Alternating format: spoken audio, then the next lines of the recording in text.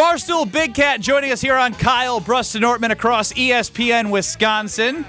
No Kyle Wallace, just Ben Brust and Brad Nortman. A couple of Badgers with our guy Big Cat, who's also a Badger, but a well-documented Chicago Bears fan. Big Cat, first and foremost, how are you?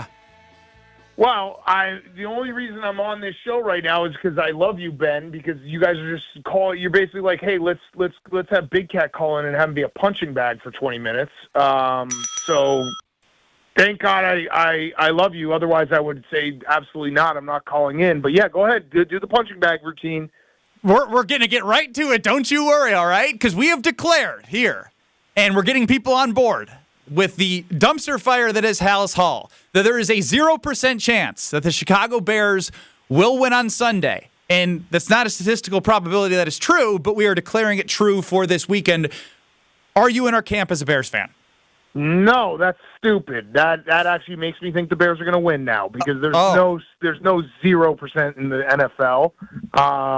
No, that was the first confidence boost I've gotten all week. It's been a bad week, but I now am feeling like that gave me a little bit of life because if anyone has ever told you that there's a 0% chance a team can win, I will always bet the other side of that.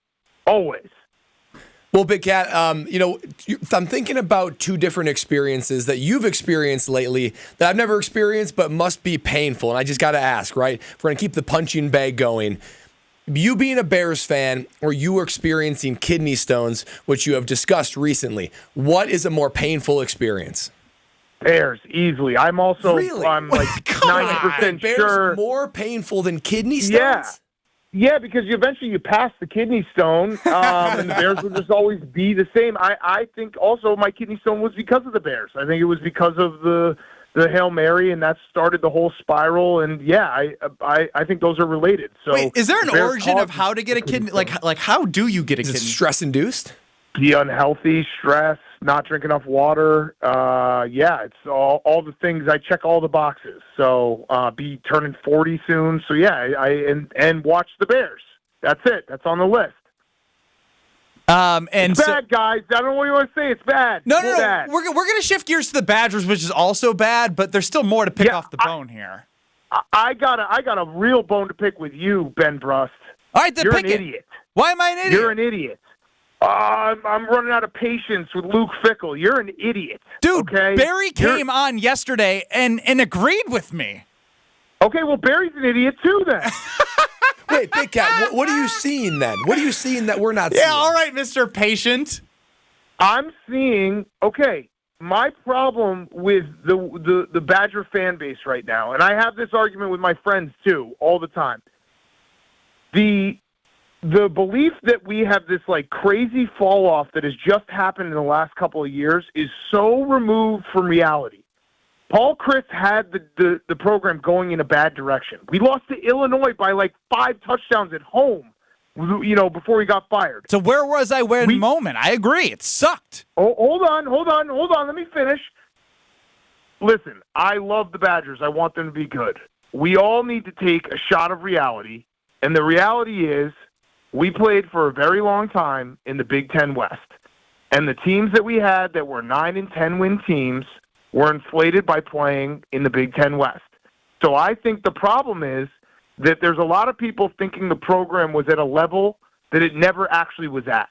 And Luke Fickell is going to build us to a level that we've never actually been at, but the starting point can't be a 10-win Badger team that beat up on Northwestern and Minnesota and, Iowa having a down year and then lost to Ohio State. That can't be where we were thinking oh man, remember when we did this? Those were a little bit of smoke and mirrors. And now we have to build it back up the real way, playing in a new Big Ten. I'm not a loser. I'm telling the truth. And I'm actually the only one in this phone call right now that's actually doing something. I'm doing something. I'm going to get us a quarterback. So I'm the one who's actually working towards it. You guys are just sitting there pretending when we won 10 games in the Big Ten West, we were some powerhouse program. We never were. All right, Brad, you were on 2 Rose Bowl teams, so please shut this man up. Hasn't over the last, let's just call it 15 years, right? Because that's what I play on the team roughly, 15 years ago. Play on those, 2 of the 3 Rose Bowl teams. Those teams were college football playoff caliber. A couple teams after, led by Paul Chryst, would be college football playoff caliber. In what college football playoff? In the 12 or the 4? The 12, what we're dealing with now. Like you would 12, make that, and maybe you'd win a game or two. Okay, Don't you think? I don't know if I would say win a game or two. I don't know if I'd go that far because, listen, I was at both those Rose Bowls, Oregon and TCU. We lost those games, and those weren't the best. Those were basically college football playoff games, right? That's if fair. we're doing the 12-team playoff, we lost both those. Like, I'm a very proud Badger. I think that there's obviously been some seasons that I've been very proud of and some teams that I've loved rooting for, including the year that we lost to Oregon in the Rose Bowl. That was one of the most fun teams, and we lost in heartbreaking fashion to Ohio State, Michigan State, then went back and beat them in the Big Ten Championship. That was a great ride. I'm just saying I think there's a little bit of delusion on where we were and where we are right now. I think we weren't as high as we think we were, and we're also not as far away as we are right now. Like we're this season was always going to be tough. Alabama, and obviously USC's fallen off, but Alabama was always good. We've never beaten Alabama. Like people saying, "Oh, I wish we had an offense that ran the football and did all that." I was at the game in 2015 when we went down to Jerry's World. We got the brakes beaten off of us. So what are we talking about? Like there's levels to this stuff. I think we can go up a level, but I think people are thinking that we were at a spot that we never really were. Barstool Big Cat joining us here on Kyle, Brust, and Ortman, and I think I know what you're doing. You are rewriting history of the Wisconsin Badgers football program for you to literally be the hero with your quarterback buying. This is a good play by you. I respect it. You guys are rewriting history. The Badger fan base is rewriting history, and I want to just reset expectations because, like I said, I think we have a football program that we're very proud of, and we've done great things. But if you look at like the landscape of college football, show me a team in the last 20 years that was like a top 4 team in the country. There never was. So let's not pretend that we somehow gave up like a perennial like 11-win team in this new Big Ten conference. That's the important part. In the new Big Ten, winning 11 games is going to be very, very, very, very hard. Agree. And just have your expectations set. Agree. But I was there in your suite for a little bit at the 2017 Big Ten championship game in Indianapolis. The Badgers were one drive away of making the smaller college football playoff. In 19, although they got their brakes beat off in the second half, they were leading Ohio State in that championship game. You're not giving enough credit to what the teams were, despite the Big Ten West being ass. Okay, listen, I'll give you the fact that yes, in the 2017 Big Ten championship game, we lost by 7 Ohio State. So yeah, we had some very good years in that mix. From 2019 to when Paul Chryst got fired, it had fallen off to a level that I don't think people realize. And Luke Fickell came in, and he has to build it back up. So I think people are thinking in their head that it was from 2017 to Luke Fickell, and what has Luke Fickell done to our program? No, Paul Chryst did this to our program, and it fell off to a point where Luke Fickell has to come in and rebuild it. So help me with this then, because Big Cat, I'm watching Indiana, and we can talk about who their schedule is and whatnot. They are undefeated, and I'm watching 15 transfers from James Madison, who was a solid football program, I guess, but they're coming in and they're blowing up the line of scrimmage. We're getting pushed back. We got no fight. We got no identity, and how am I supposed to feel good heading into Oregon when I'm going to be there and just like, oh yeah, woohoo, we're building. Don't you need to see something to say, like, yeah, I feel good about what we're building instead of just your blind faith that you're going to buy? How are you going to find Russell Wilson? Russell Wilson was like 38 touchdowns to 2 interceptions. Where are you going to find that? I'm going to find him. I'm working on it, okay? I told you I was working on it. You just said it, though. Indiana has not played. I think Indiana is a great football team. Kurt Cignetti did a very smart thing. I think a lot of coaches are going to do this going forward, where when they take a new job, they do it at the right time when their roster is loaded at their current job and they bring all the guys with them. Luke Fickell didn't have that luxury. He came a year after Cincinnati, obviously went to the college football playoff. So Indiana, if they had played Penn State and Alabama, they'd have 2 losses. You're actually doing my point for me. If the schedule was different, if we're playing a Big Ten West schedule, this team would have a better record. It's just we're playing in a different Big Ten, and we're in a transition phase, and I'm not losing my patience because giving it 2 years is like, that's crazy to me. If you lose your patience after a year and a half, you have unrealistic expectations. All right, the voice of reason. The Bears have completely done a spin zone in his own brain to make the Badgers now worse than what they have been. But speaking of... That's not what I said. I am interpreting that way. I am doing the thing where I'm doing the lead host thing, and I'm putting words in your mouth. Okay, let me ask you this. Point to me in the last 15, 20 years when the Badgers have beaten like a truly elite team. 2010, Ohio State.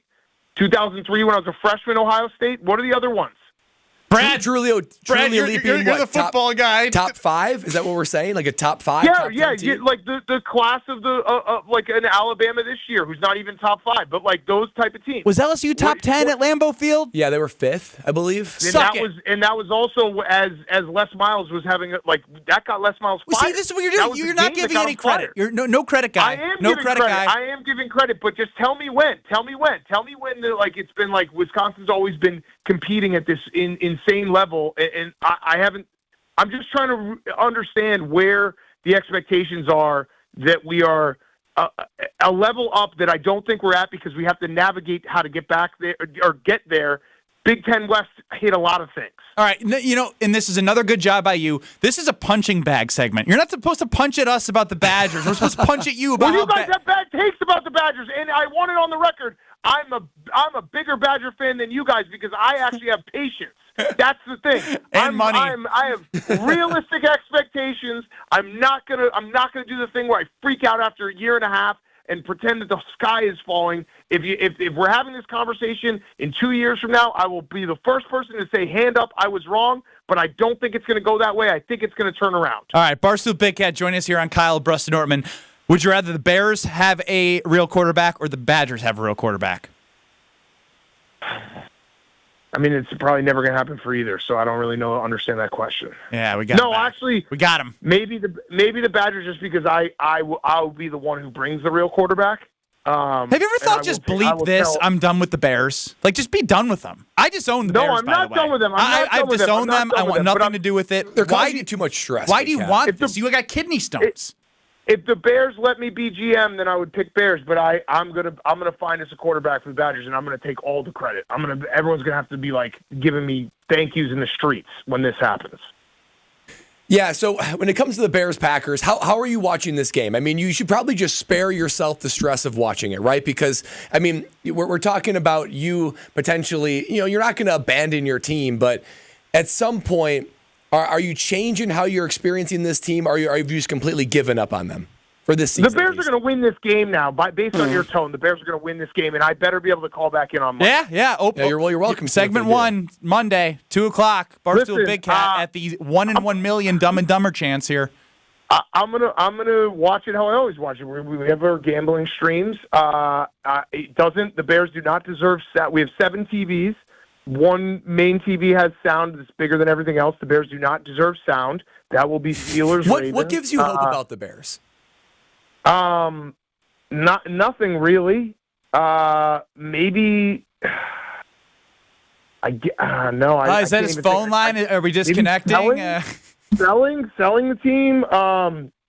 I don't think there's anything that gives me hope, because it's rotten to the core. That's the problem. Is like, I still believe in Caleb Williams. Unfortunately, I don't believe in the Bears ownership and hiring the right people. I think Kevin Warren is a doofus. And he's the type of guy they just bring in, and he's just an empty suit he's not a football guy. They don't bring in football guys. I want a football guy running the whole operation. So until that happens, I will still have very little hope. All right, I need your help. I'm getting married next August. Bachelor party, Big Cat, power rankings, top 3. Okay. So obviously Vegas has got to be somewhere in there. It's probably 3. So Vegas is 3 because the problem with Vegas, it's fun, but it's really hard to keep a crew together when you're in Vegas. Charleston, South Carolina is very, very fun. I've been to a couple there. And then actually the best bachelor party I've ever been to was my brother-in-law. He got a houseboat in California on a lake. That was so much fun. What's a houseboat? Because It's literally a houseboat. What do you have? What How many word people can I were on Like the a houseboat? yacht? Like I don't know what. I don't know No, what, it's a houseboat. You never heard of a houseboat? No. It's a boat. It's a house. How many people on the boat? There was maybe like 12 of us. Wow. And then there was a smaller boat we were able to rent and do like tubing and water skiing and stuff. But maybe so. All right, so you guys don't understand the concept of a houseboat, which couldn't be more clear. It's a houseboat. I'll go with how about a lake house? How about a lake house? There you go. Now you're speaking our Wisconsin language here. Especially when you get later in life, like, yes, the partying is fun, but it's like you don't get as many chances to be with your friends anymore. You don't get everyone together. So if you go to Vegas, you'll go to a dinner and then there'll be like a couple guys playing blackjack, a couple guys doing this, and you'll all be split up. If you get a lake house, it's like you get to just have fun and all be together and have fun together. I like it. And lastly, before we let you go, what's the weirdest thing that happened to you, like what happened to Brad this morning? He is fostering 2 young children under the 4-month-old age. I have a 9-month-old. We've been trading baby stories. His wife thought the baby was Brad, and she put the binky in his mouth in the middle of the night. Anything close to that for you? It was a shock, Big Cat. It was a shock. But, Brad, way to make me feel like a terrible human being. You're fostering 2 kids. I know. Literally. That was a hell of a card to pull on me there. When my first was born, maybe 2 months into his life, I was feeding him and he started throwing up, and I instinctively held him upside down to drain him. And my wife, we got it on camera, and she was just like, "What are you doing?" I was like, "I don't know." I was thinking I don't want him to choke on it. So you're not supposed to drain a baby. That's what I learned. That's Barstool Big Cat. So look forward to not talking to you at 2 o'clock on Monday. Sound good? That's fine, and you guys better get in line because I'm going to get a quarterback, and when I do, you guys are going to have to kiss my hands, kiss the ring, and you're going to be like, "Thank you so much for changing our lives." Thank you, Big Cat. There it is. Yes. Not yet. Job's not finished. But we're going to get it. All right, go to work. All right, go to work. Do everything I can. Go buy Stella Blue Coffee, StellaBlueCoffee.com. That is going to get us a quarterback that we'll be proud of. Done. That's Big Cat. Thanks, brother. I can get behind that. I can get behind that. Oh, my gosh.